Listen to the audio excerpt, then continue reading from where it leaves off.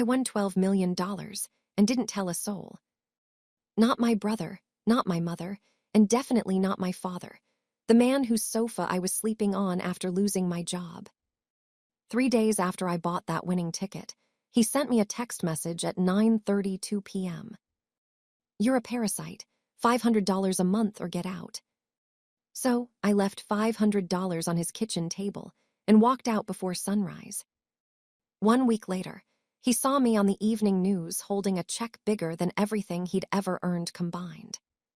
He didn't call to apologize. He called his lawyer. He sued me for family support. He invited 12 church members to the courtroom to watch him win.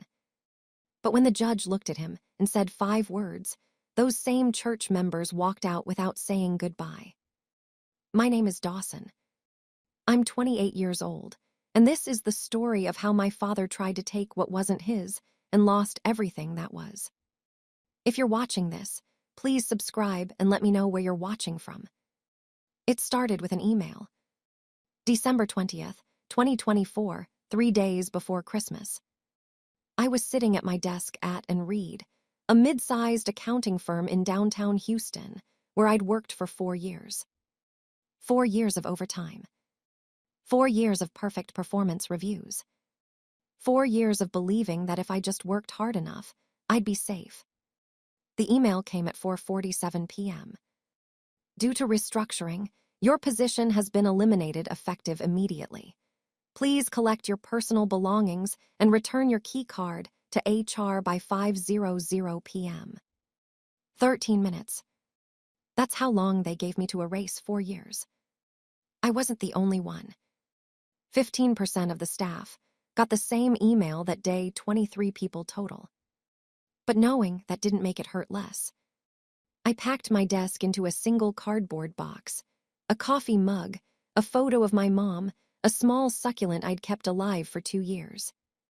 Everything else belonged to them. By January 1st, I couldn't make rent on my Midtown apartment $1,200 a month, and my savings account showed exactly $847. My landlord gave me 30 days to vacate. A kindness, he said, because of the holidays. I sat on my bed that night scrolling through my contacts. Mom was in Arizona, rebuilding her life after divorcing my father 8 years ago.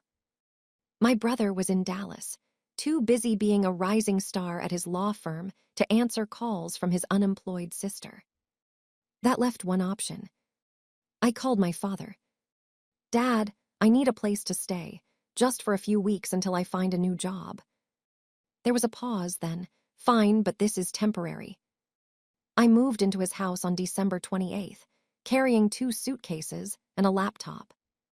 I didn't know those 2 suitcases would be the only things I'd take when I left. My father's house hadn't changed in 20 years. 4 bedrooms, 3 bathrooms, a 2-car garage, and a quiet subdivision inn, just west of Houston. He'd paid off the mortgage 5 years ago, a fact he mentioned at least once a week. The walls were still the same beige. The carpet was still the same cream color that showed every stain. And the photos on the wall were still the same. 3 frames in the living room. All of them featured my brother, graduating from Rice University, shaking hands with a judge at his law school ceremony, receiving some award I couldn't identify from across the room. Not a single photo of me. I noticed it the first night, lying on the sofa that would become my bed. The leather was cold, and the cushions smelled faintly of cigars, my father's Sunday ritual with his friends from church. I pulled a thin blanket over myself and stared its face on the wall, illuminated by the streetlight outside. The next morning, my father made his expectations clear. We were eating breakfast, scrambled eggs he'd made, though he reminded me twice that he wasn't running a restaurant when he brought up for the first time. "Your brother just made partner track," he said, not looking up from his plate. "At 33, and Foley, one of the best firms in Texas."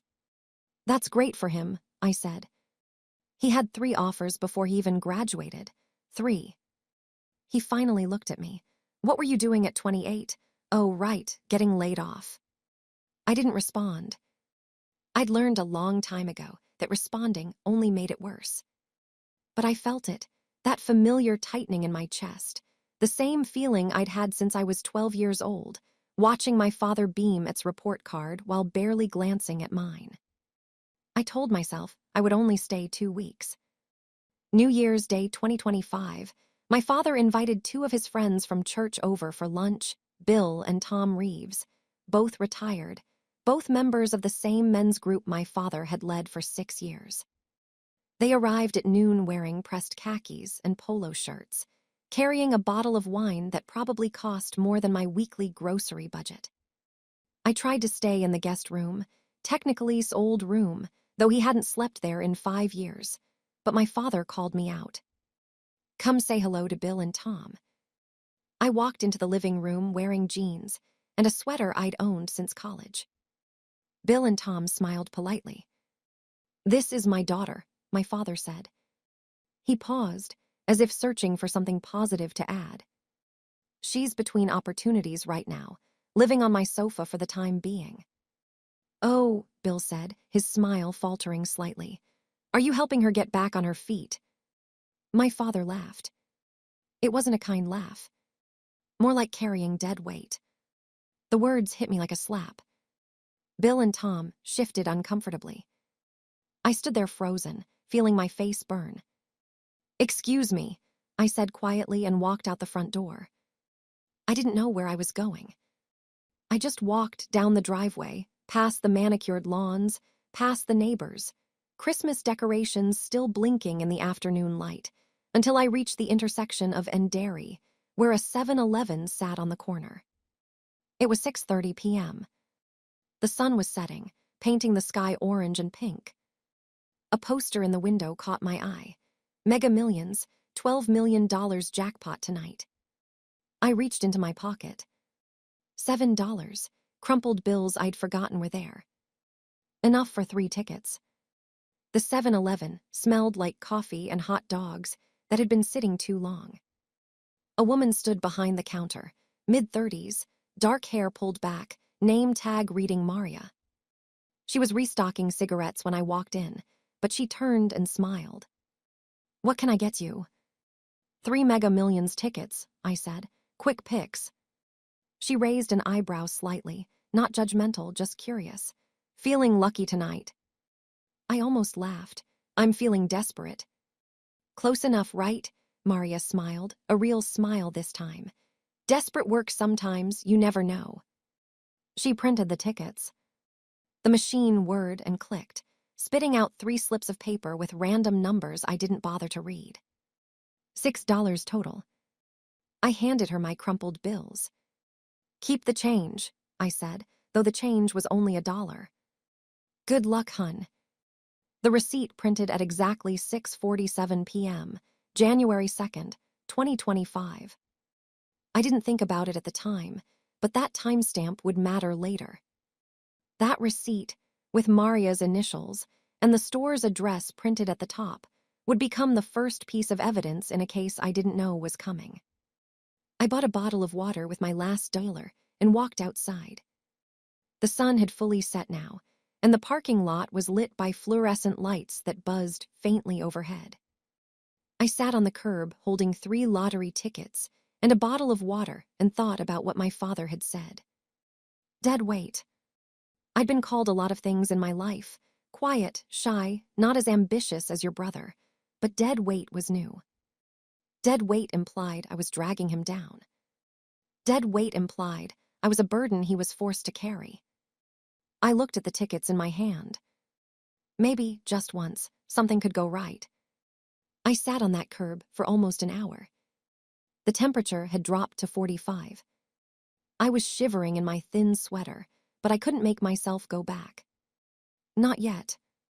Not while Bill and Tom were probably still there drinking wine and listening to my father talk about what a disappointment I was.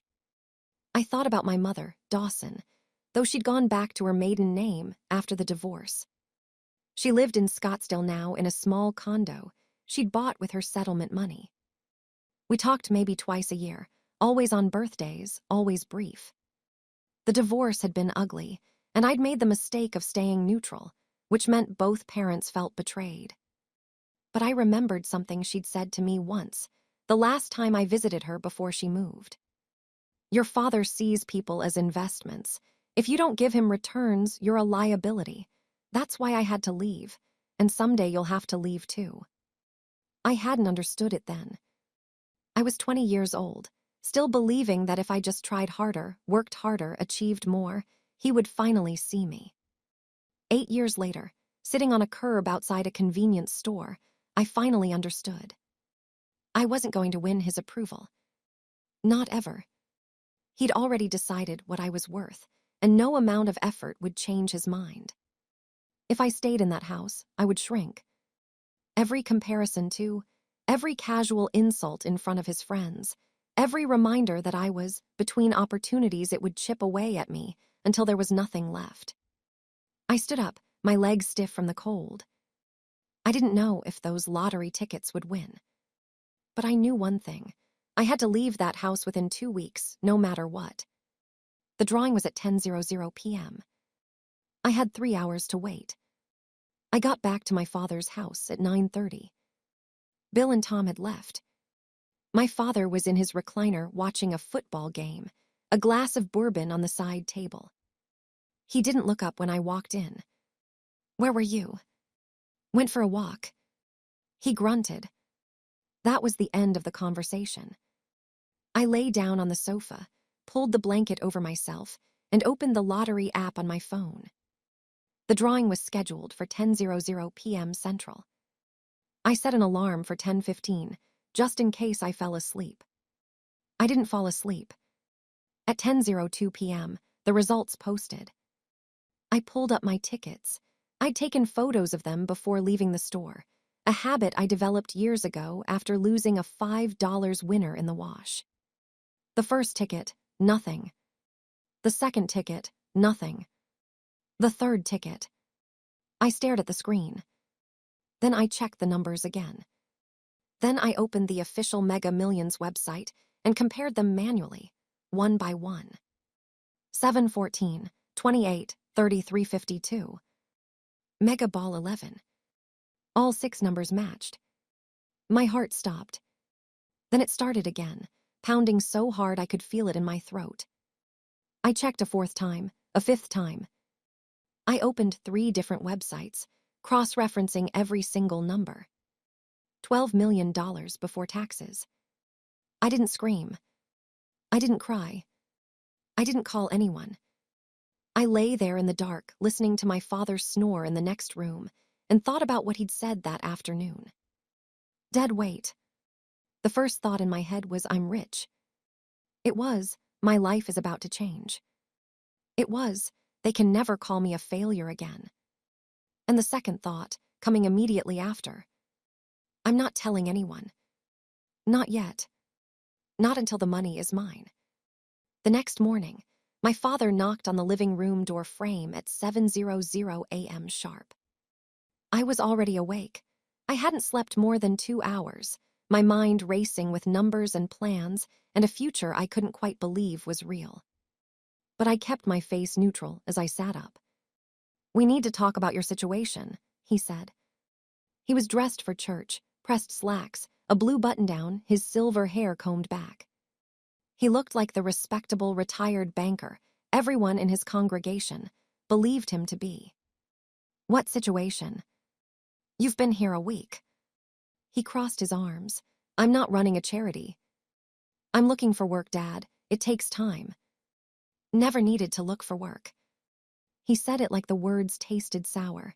He had offers before graduation, 3 of them. I'm not. Clearly. The conversation ended there. He left for church without another word.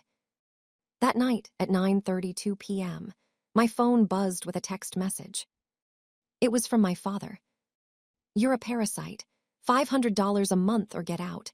I'm done supporting your failures. I read it 3 times. Each time the words cut deeper, not because they surprised me, but because they confirmed everything I'd always suspected. To him, I wasn't his daughter. I was a line item on a budget, an expense to be minimized. I took a screenshot. I don't know why I did it. Instinct, maybe, or some part of me that knew even then that I might need proof someday. I saved it to my cloud storage. Then I saved it again to my email drafts. Then I started packing. January 4th, 2025, 6:00 a.m. My father was still asleep. I could hear him snoring through his bedroom door, the same deep rumbling snore I remembered from childhood, the sound that meant he wouldn't wake for at least another hour. I moved quietly. I counted out $500 in cash 20s and 10s I'd withdrawn from my savings account before I lost my apartment. It was almost everything I had left, but that didn't matter anymore. In a few days, I would have more money than I'd ever imagined. I left the bills on the kitchen table, fanned out so he couldn't miss them. Next to them, I placed a note on a yellow post-it. Rent for January. Thank you for your hospitality. No, love. No, I'll call you. Just the facts. I picked up my 2 suitcases and my laptop bag. I took one last look at the living room, the sofa I'd slept on for a week, photos on the wall, the beige carpet, the beige walls, and the beige life my father had built for himself. Then I walked out the front door and closed it softly behind me. They arrived at 6:15 a.m., a silver driven by a man named who didn't ask questions, just helped me load my suitcases into the trunk. Where to? Marquee downtown. It was a splurge $200 a night, but I needed somewhere safe, somewhere private, somewhere I could think. I'd figure out the rest later. As the car pulled away from my father's house, I looked back one last time through the rear window. The lights were still off. He was still asleep, oblivious to the fact that his parasite daughter had just become a millionaire. I didn't feel sad. I didn't feel angry. I felt free. The first call I made from my hotel room was to the Texas Lottery Commission. It was January 5th, a Sunday, so I got a recorded message directing me to their website. I spent 3 hours reading every page: how to claim a prize, what documents I needed, what taxes would be. And then I found the section that changed everything. For prizes over $1 million, we strongly recommend consulting with a financial advisor and attorney before claiming your prize. Below that was a list of recommended professionals.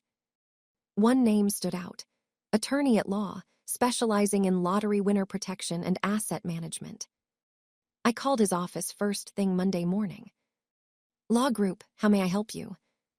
I need to speak with Mr. It's about a lottery prize. A pause then. How large is the prize, ma'am? $12 million. Another pause, longer this time. Mr. can see you this afternoon, 2:00. Can you make it to our Galleria office? Was not what I expected. Mid-40s, graying at the temples, wearing a suit that probably cost more than my monthly rent used to be. But his handshake was firm, and his eyes were kind. First thing I tell every client, he said, settling into his chair across from me, don't tell your family until the money is secured. Family is the #1 source of lawsuits against lottery winners. I haven't told anyone. Good, he nodded approvingly. Keep it that way. Now tell me about your situation. I told him everything. The job loss. The sofa. The comparisons, too. And finally, the text message. You're a parasite. His expression didn't change, but something hardened in his eyes. Keep that text message, he said. In my experience, people who call their children parasites don't stop at words. Over the next 3 days, built a fortress around my winnings. First, the evidence. He had me bring in the original lottery ticket, which I'd kept in a bag inside my laptop case, paranoid about losing it, and he made 3 certified copies. The original went into a fireproof safe at his office. We need to verify the purchase, he said. Do you remember where you bought it? 7-Eleven on and Dairy, January 2nd, around 6:45 p.m. He made a note. I'll contact the store manager and request a copy of the security footage. That timestamp on your receipt matches their cameras.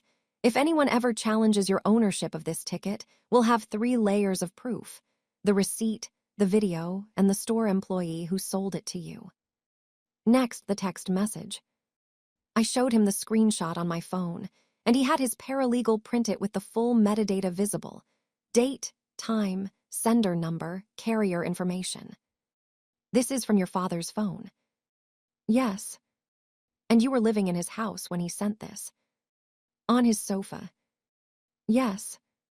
Nodded slowly. If he tries anything, and in my experience, when family members find out about lottery winnings, they often try something, this message will be very useful. It establishes his attitude toward you before he knew about the money. He opened a new bank account for me at a private bank I'd never heard of. No connection to my father's old employer. No shared accounts. No paper trail leading back to anyone in my family. The money will be deposited here after you claim the prize, he said. No one will know about it unless you tell them. I signed the paperwork with hands that were surprisingly steady. For the first time in weeks, I felt like I was in control. There was one problem I couldn't solve: Texas law. Explained it to me on January 8th, 3 days before my scheduled claim date. Texas Government Code Section 466.022, he said, sliding a printed document across his desk. Winners of prizes over $1 million are required to have their name and city of residence publicly disclosed. You can delay the announcement, but you can't avoid it entirely. I stared at the document. So everyone will know. Everyone who watches the news or reads the paper. Yes. I thought about my father. About the church friends who had heard him call me dead weight. Then I want to control it, I said. If it's going to be public anyway, I want to be the one who decides how it happens. Smiled, the first real smile I'd seen from him. That's exactly the right approach. We'll schedule the claim for January 10th. I'll coordinate with the Lottery Commission's PR team. You'll do one press appearance, answer a few questions, and then you disappear. No follow-up interviews, no human interest stories, no where are they now pieces. And my father, he'll find out when everyone else does. That's unavoidable. Paused. But here's what I want you to understand. He has no legal claim to this money. None. You bought that ticket with your own funds. You were an adult living temporarily in his home, not a dependent. Texas doesn't have filial responsibility laws requiring adult children to support their parents. Whatever he tries, and he might try something, he will fail. I nodded, but my stomach was tight. I knew my father. I knew how he reacted when he felt entitled to something and didn't get it. Was right. He would try something. I just didn't know how far he would go. Okay, I need to pause here for a second. If you're still watching, I want to know. Have you ever had a family member who only saw your value when you had something they wanted? Drop a comment below and tell me your story.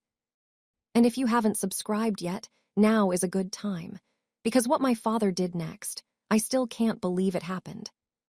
January 10th, 2025, 2:00 p.m. The Texas Lottery Commission headquarters in Austin was smaller than I expected, a nondescript government building with beige walls and fluorescent lighting. But the conference room, where they held the press event, was anything but ordinary. A giant ceremonial check leaned against the wall. Pay to the Order of Dawson, $12 million. Cameras from 3 local news stations pointed at a small podium. A photographer from the Austin American-Statesman adjusted his lens. I wore a navy blue blazer I'd bought the day before, the nicest thing I'd owned in years, and kept my hands clasped in front of me to hide the trembling. Ms. Dawson, the Lottery Commission representative said, "Are you ready?" I nodded. The cameras started rolling. Congratulations on your win. What's the first thing you plan to do with the money? I'd rehearsed this answer with, keep it simple, keep it positive, don't mention family. Pay off my debts, I said. Set up a foundation for job training programs and find a place to call my own. Any advice for other lottery players? I thought about the 7-Eleven, the crumpled bills in my pocket, Maria's smile. Sometimes desperate works, I said. You never know. The interview lasted 12 minutes. I smiled. I shook hands. I posed with the giant check while cameras flashed. And then it was over. The segment aired on Channel 11 News at 6:00 p.m. that evening. By 6:15, it had been picked up by the Houston Chronicle's website. By 7:00, it was trending locally on social media. I was in my hotel room, eating room service pasta, when my phone started buzzing. 17 missed calls, all from the same number. My father. I didn't answer. I let the calls go to voicemail, 17 of them, then 18, then 22. Each one added a new message, and I listened to them in order, sitting on the edge of my hotel bed with the TV muted in the background. The first few were confused. I just saw the news. Call me back. Is this real? Did you actually win the lottery? Then they shifted to accusatory. You were living in my house when you bought that ticket. You used my electricity, my water, my food. That money belongs to the family. And finally, threatening. If you don't call me back in the next hour, I'm calling my lawyer. I mean it. This isn't over. I saved every voicemail. Had told me to document everything, and I was learning to listen to him. At 8:30 p.m., my phone buzzed with a text from Dad just called me. He's furious. Says you won $12 million and didn't tell anyone. Is that true? I typed back, yes, it's true. 3 dots appeared, then disappeared, then appeared again. Why didn't you tell us? I thought about how to answer. About the sofa, about the photos on the wall, about dead weight and parasite, and 1,000 small cuts over 28 years. Ask Dad what he called me the night before I left. Didn't respond. But 45 minutes later, my father did. Not with a call this time, but with a voicemail that made my blood run cold. I talked to Harold. He says I have a case. You were living under my roof when you bought that ticket. That makes it family property. I'm giving you one chance to do the right thing. Share the money or I'll see you in court. He called again the next morning. I was having breakfast in the hotel restaurant. Scrambled eggs, toast, coffee I barely tasted, when his name appeared on my screen. This time, against my better judgment, I answered. His voice was warm, almost friendly, the voice he used with his church friends. I'm glad you picked up. We need to talk about this like adults. There's nothing to talk about, Dad. Sweetheart, I think there is. I could hear him forcing patience into his tone. You were living under my roof when you bought that ticket. I was supporting you, feeding you. That has to count for something. You charged me $500 rent. That was, he paused. That was a misunderstanding. I was frustrated. You know how I get. You called me a parasite. Silence. I have the text message, Dad, time-stamped, saved. More silence. When he spoke again, the warmth was gone. You're really going to do this, after everything I've done for you? What have you done for me? The words came out before I could stop them. You compared me to every day. You called me dead weight in front of your friends. You demanded rent when I was sleeping on your sofa because I had nowhere else to go. I raised you. And I'm grateful for that, but this money is mine. I bought the ticket with my own $6.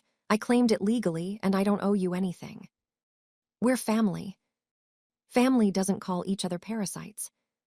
I hung up before he could respond. My hands were shaking, but my voice had been steady. That felt like a victory. I forwarded the voicemails to and texted him. He's threatening to sue. What do we do? His response came in under a minute. Let him try. He didn't just try. He went all in. On January 12th, 2 days after my press appearance, Dawson filed a civil lawsuit against me in County District Court. The case number was 2025 CV0000847. I know because called me with the news while I was apartment hunting in. He's claiming family support, said, and I could hear the disbelief in his voice. His lawyer is arguing that because you were living in his home when you purchased the ticket, and because he provided you with shelter and sustenance, he's entitled to a portion of your winnings. Is that a real thing? No, tone was flat. Texas has no filial responsibility laws for adult children. You were 28 years old, temporarily staying in his home, and you paid him rent. He has no legal standing whatsoever. Then why is he doing this? Because he's angry, because he feels entitled, and because his lawyer is either incompetent or just happy to take his money. Paused. The hearing is scheduled for January 15th, 3 days from now. That fast? He requested an expedited hearing. The judge granted it, probably because she wants to dismiss this nonsense quickly and clear her docket. I sat down on a bench outside a coffee shop, my apartment listings forgotten. There's something else, said. He's invited witnesses, 12 members of his church. He wants them there to watch him win. I closed my eyes. My father had always cared more about appearances than reality. He wanted a public victory. He wanted his friends to see his ungrateful daughter put in her place. He was about to get a public humiliation instead. I'll be there, I said. Tell me what I need to do. Wednesday, January 15th, 2025, 8:45 a.m. The county civil courthouse was a brutalist concrete structure downtown, all sharp angles and narrow windows. I'd driven past it 100 times without ever thinking I'd end up inside. Met me in the lobby carrying a leather briefcase and wearing a suit that probably cost more than my father's car payment. He looked calm. I felt like I might throw up. Courtroom 4B, he said. 4th floor. The judge is Vance, 22 years on the bench, no tolerance for frivolous lawsuits. This is exactly the judge we want. We took the elevator in silence. When the doors opened on the 4th floor, I saw them immediately. My father stood at the end of the hallway, surrounded by a cluster of people I recognized from his church. Bill was there, the same Bill who had watched my father call me dead weight. Tom Reeves stood beside him. 10 others I knew by face, if not by name, all dressed in their Sunday best on a Wednesday morning. They had come to watch Dawson win. My father saw me and smiled, not a warm smile, but a triumphant one, the smile of a man who believed he had already won. He said, loud enough for everyone to hear, "I'm glad you came. This doesn't have to be ugly. You can still do the right thing."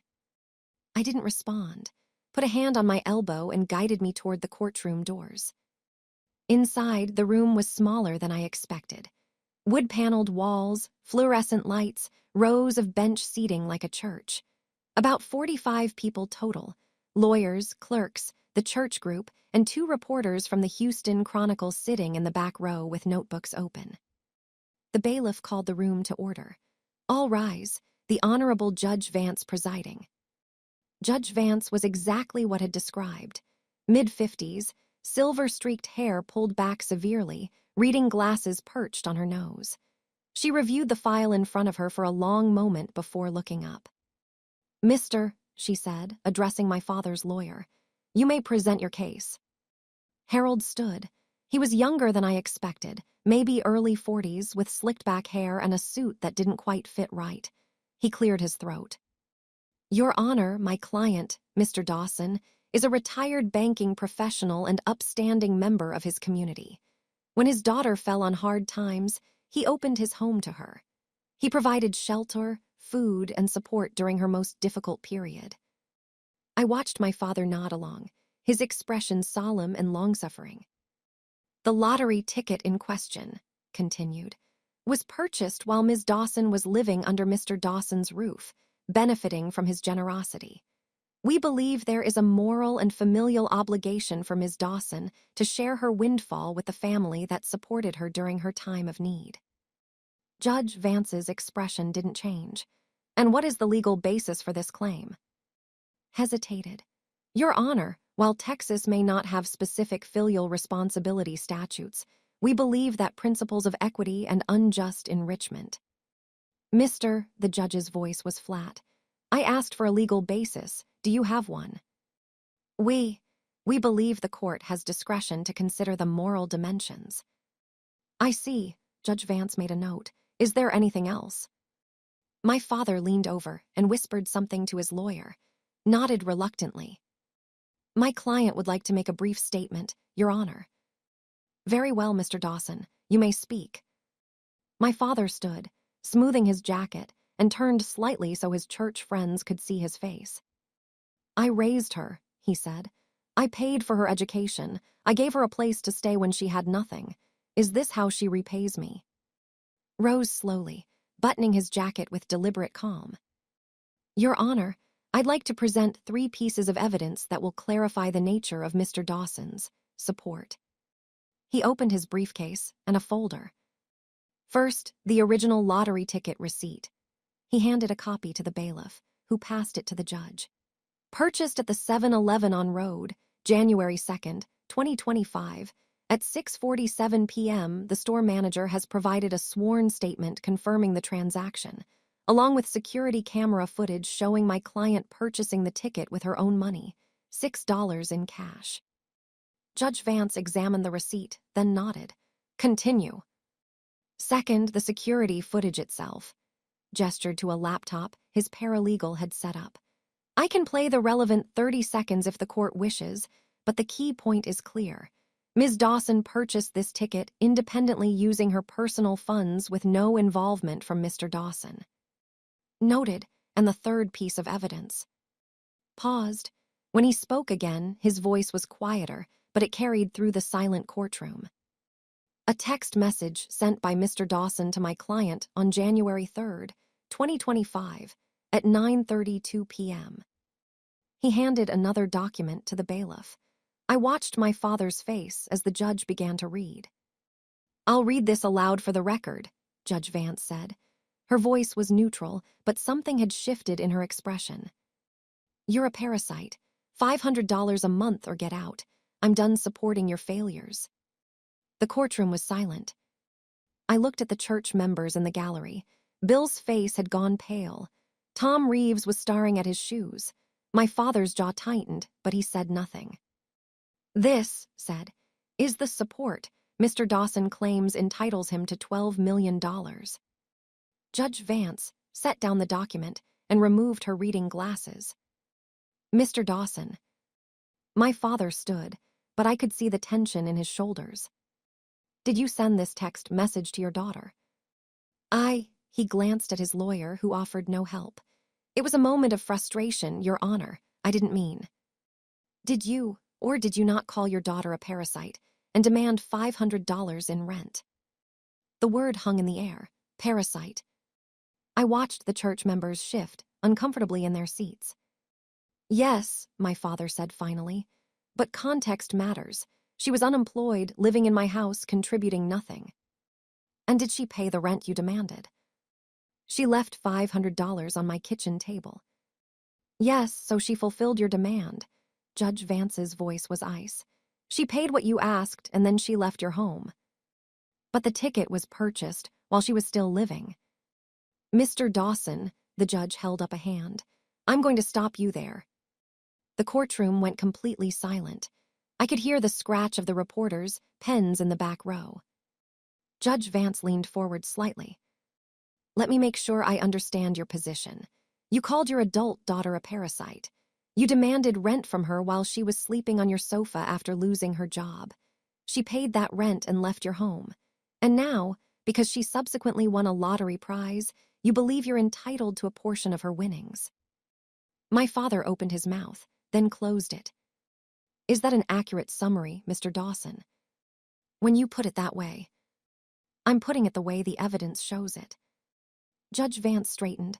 I've heard enough. She looked directly at my father. The courtroom held its breath. 45 people, including the 12 church members my father had invited to witness his victory, sat frozen in their seats. And then she said it, 5 words.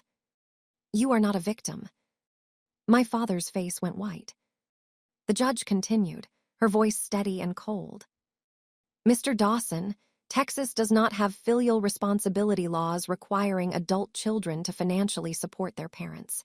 Your daughter was a 28-year-old woman who temporarily stayed in your home after losing her job. She was not your dependent. She was not your ward.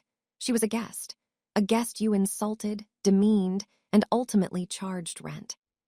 She held up the text message printout. This message, which you admit to sending, demonstrates that you did not support your daughter out of love or familial duty. You called her a parasite. You called her a failure. You demanded payment for basic hospitality. And now, because she has come into money, you want to claim a share of it. Judge Vance set down the paper. This case is dismissed with prejudice. Mr. Dawson, you have no legal claim to your daughter's lottery winnings. Not now, not ever. Furthermore, I'm ordering you to pay the defendant's legal fees, as this lawsuit was frivolous and without merit. She looked at him one more time. I strongly advise you to reflect on what the word family actually means. Court is adjourned. The gavel came down. I sat perfectly still, my hands folded in my lap. I didn't cry. I didn't smile. I just breathed. Behind me, I heard movement. The church members standing, gathering their things, filing out without a word to my father. Not one of them stopped to offer comfort. Not one of them even looked at him. I have to stop here and ask you something. When the judge said those 5 words, "You are not a victim," what did you feel? Because I felt something I hadn't felt in years, like someone finally saw the truth. If this story is resonating with you, hit that subscribe button and leave a comment. I want to know if you've ever had a moment like this, when someone in authority finally saw what your family refused to see.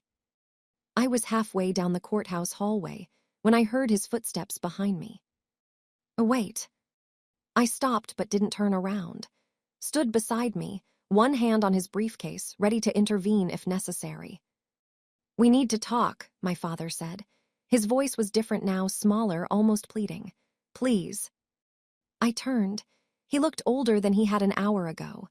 The confidence was gone, replaced by something I'd never seen on his face before, desperation. What is there to talk about, Dad? This isn't how I wanted things to go. He stepped closer. I made mistakes, I know that now, but we're family. You can't just... Can't just what? I kept my voice level. Can't just refuse to give you money you have no right to. Can't just walk away from someone who called me a parasite. I was angry, I didn't mean it. You meant every word. I took a breath. You've been comparing me to my whole life. You told your friends I was dead weight. You demanded rent when I was sleeping on your sofa because I had nowhere else to go. And when I left, you didn't call to apologize. You called a lawyer. His mouth opened, but no words came out. From now on, I said, if you need to contact me, you go through my lawyer. Mr. will handle any communication. That's my boundary, Dad. It's not negotiable. I turned and walked toward the elevator, fell into step beside me. My father didn't follow. When the elevator doors closed, I finally let myself exhale.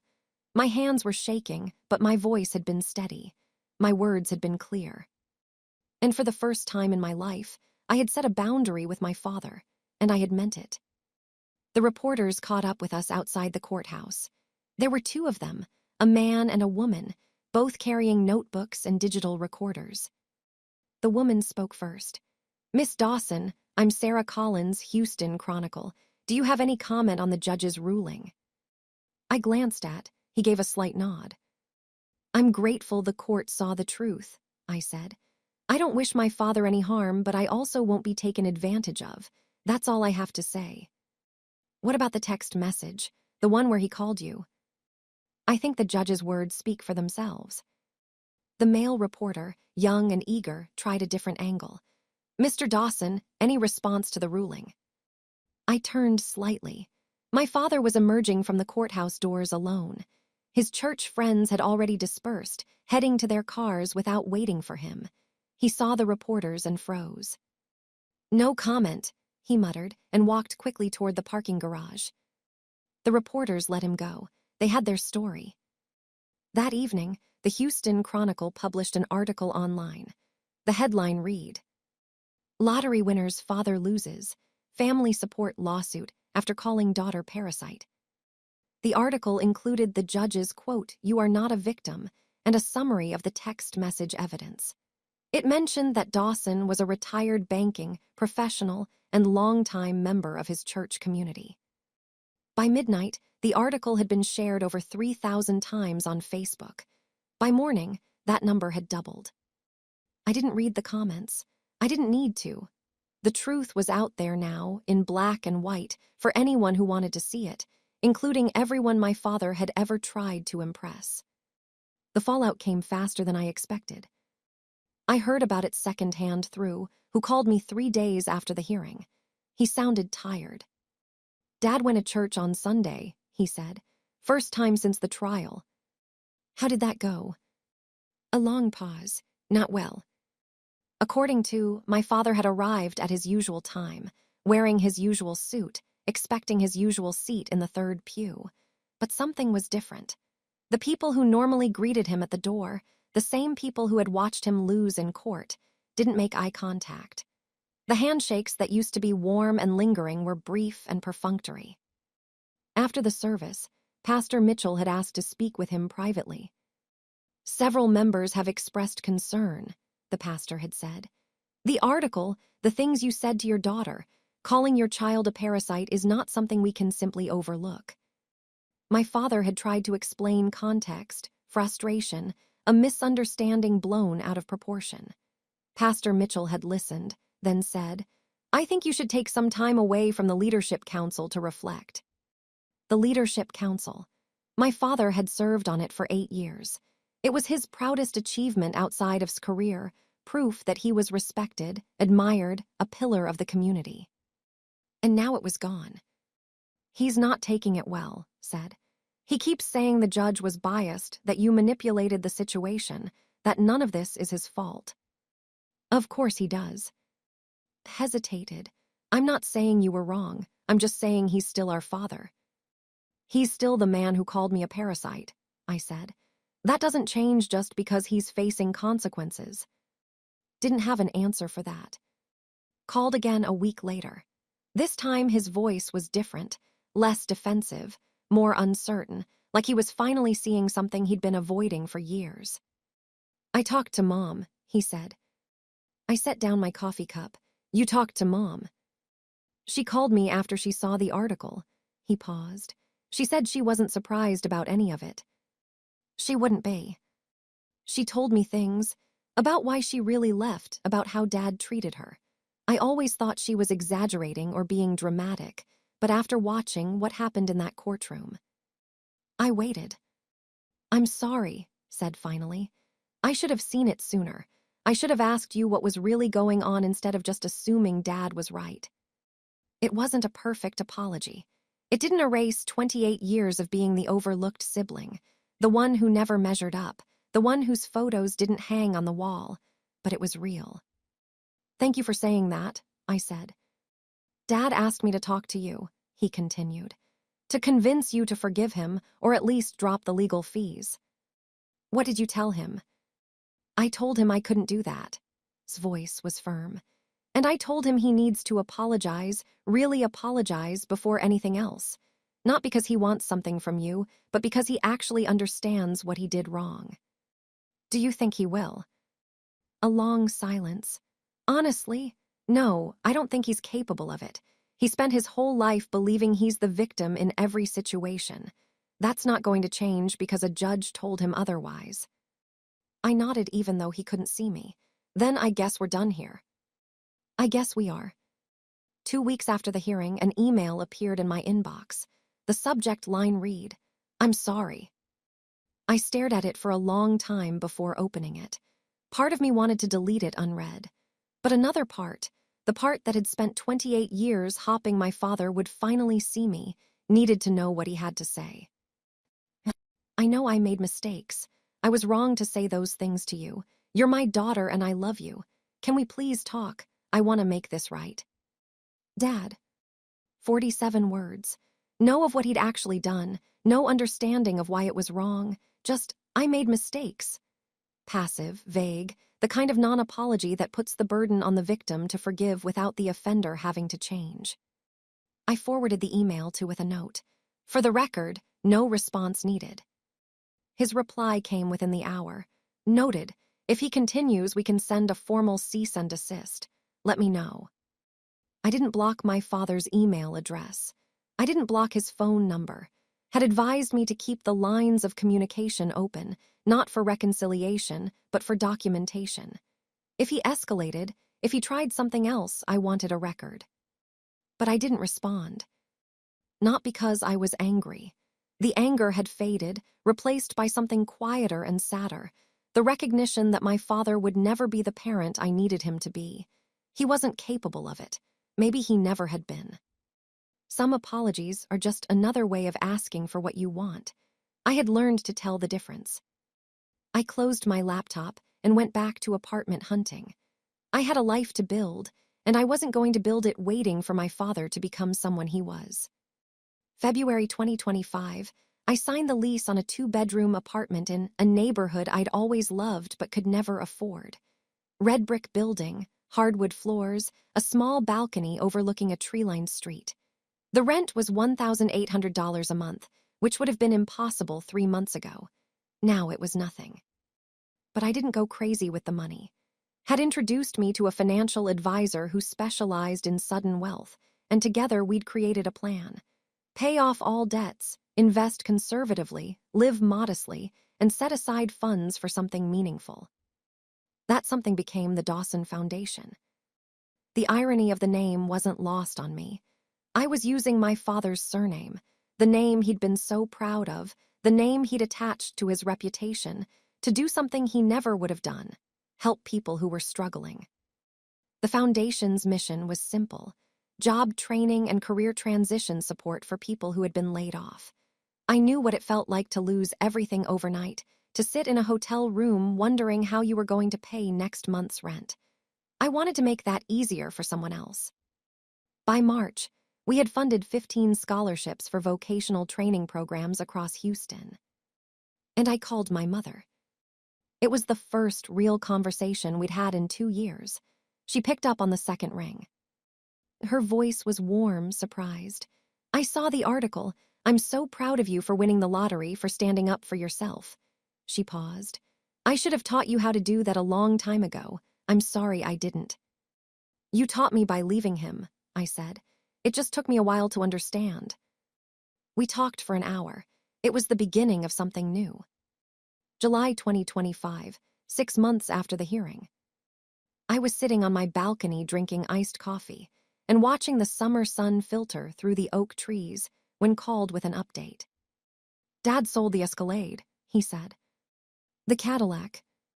"Yeah, legal fees, apparently. Harold didn't come cheap. And then there were the court costs you were awarded. He's driving a used now." I didn't feel satisfaction. I didn't feel pity either. I just felt nothing, like hearing news about a stranger. "How's he doing otherwise?" "Not great. He still goes to church, but he sits in the back now. Doesn't talk to anyone.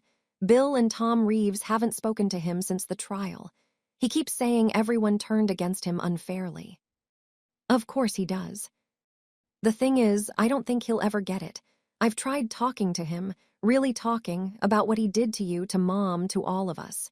He just deflects, changes the subject, acts like he's the victim. He's been doing that his whole life," I said. "Why would he stop now?" "I guess I hoped," trailed off. "Never mind, it doesn't matter." We were quiet for a moment. "I'm flying to Arizona next month," I said. "To see Mom, you should come." "Yeah," he said. "Yeah, she'd like that. And I think it would be good for both of us." "I'll check my calendar," said, but his voice was lighter than it had been at the start of the call. "I'd like that." After we hung up, I sat on my balcony for a long time, watching the shadows lengthen across the street. My father was alone in his 4-bedroom house, driving a used car, abandoned by his friends. I was building a life I actually wanted to live. People ask me sometimes what I learned from all of this. They expect me to say something about money, how it changes people, how it reveals who your real friends are, how you should never tell anyone if you win the lottery. And sure, all of that is true. But that's not the real lesson. The real lesson is about boundaries. For 28 years, I let my father define my worth. Every comparison to, every disappointed sigh, every casual insult in front of his friends. I absorbed it all, believing that if I just tried harder, worked harder, achieved more, he would finally see me. The lottery didn't change that. The lottery just gave me the resources to walk away. What changed me was the moment I realized I didn't need his approval. That his opinion of me, parasite, dead weight, failure, said more about him than it ever said about me. Boundaries aren't punishment, they're protection. I didn't cut my father off to hurt him. I cut him off because continuing to engage with him was hurting me. Every conversation, every attempt at reconciliation, every "I'm sorry" that wasn't really sorry, it all came at a cost. My peace, my self-worth, my ability to move forward. Some relationships can be repaired, some people can change. But you can't force it, and you can't wait forever. My father may never understand what he did wrong. He may spend the rest of his life believing he's the victim, that the judge was biased, that I manipulated the situation, that everyone turned against him unfairly. That's his choice. My choice is to build a life where his opinion doesn't matter anymore. And I have. Forgiveness isn't something you owe to people who hurt you. It's something you give yourself when you're ready. I'm not ready yet, and that's okay. If you're watching this video and you have a parent like mine, someone who only sees your value when you have something they want, someone who calls you names and then acts surprised when you walk away, I want you to know something. You are not a parasite. You are not dead weight. You are not a failure. And if someone in your family can't see that, if they've spent years making you feel small, comparing you to siblings, dismissing your achievements, demanding your resources while offering nothing but criticism in return, then maybe it's time to find people who can. Family isn't just blood. Family is the people who show up for you, who support you without conditions, who celebrate your wins instead of trying to claim them. I found that family eventually. My mother, who I'd lost touch with for years, is now one of my closest friends. My brother, who spent his whole life being the golden child, finally saw the truth and chose to stand with me instead of against me. And I found myself. That's the part no one tells you about setting boundaries. It's not just about keeping toxic people out. It's about making space for the person you're supposed to become. I'm 29 now. I have an apartment I love, a foundation that's helping people rebuild their lives, and a relationship with my mother that I thought I'd lost forever. My father is still out there in his 4-bedroom house, waiting for me to forgive him on his terms. I'm not going to. But I'm also not going to spend my life being angry about it. I've moved on, and that, more than any lottery check, is the real win. That's my story. Thank you for listening. Thank you for staying with me until the end. If this story meant something to you, please hit the subscribe button and leave a comment. I read every single one. And if you want to hear more stories like this, check out the video in the description. It's about another family member who thought they could take what wasn't theirs. Spoiler, they were wrong. See you in the next one.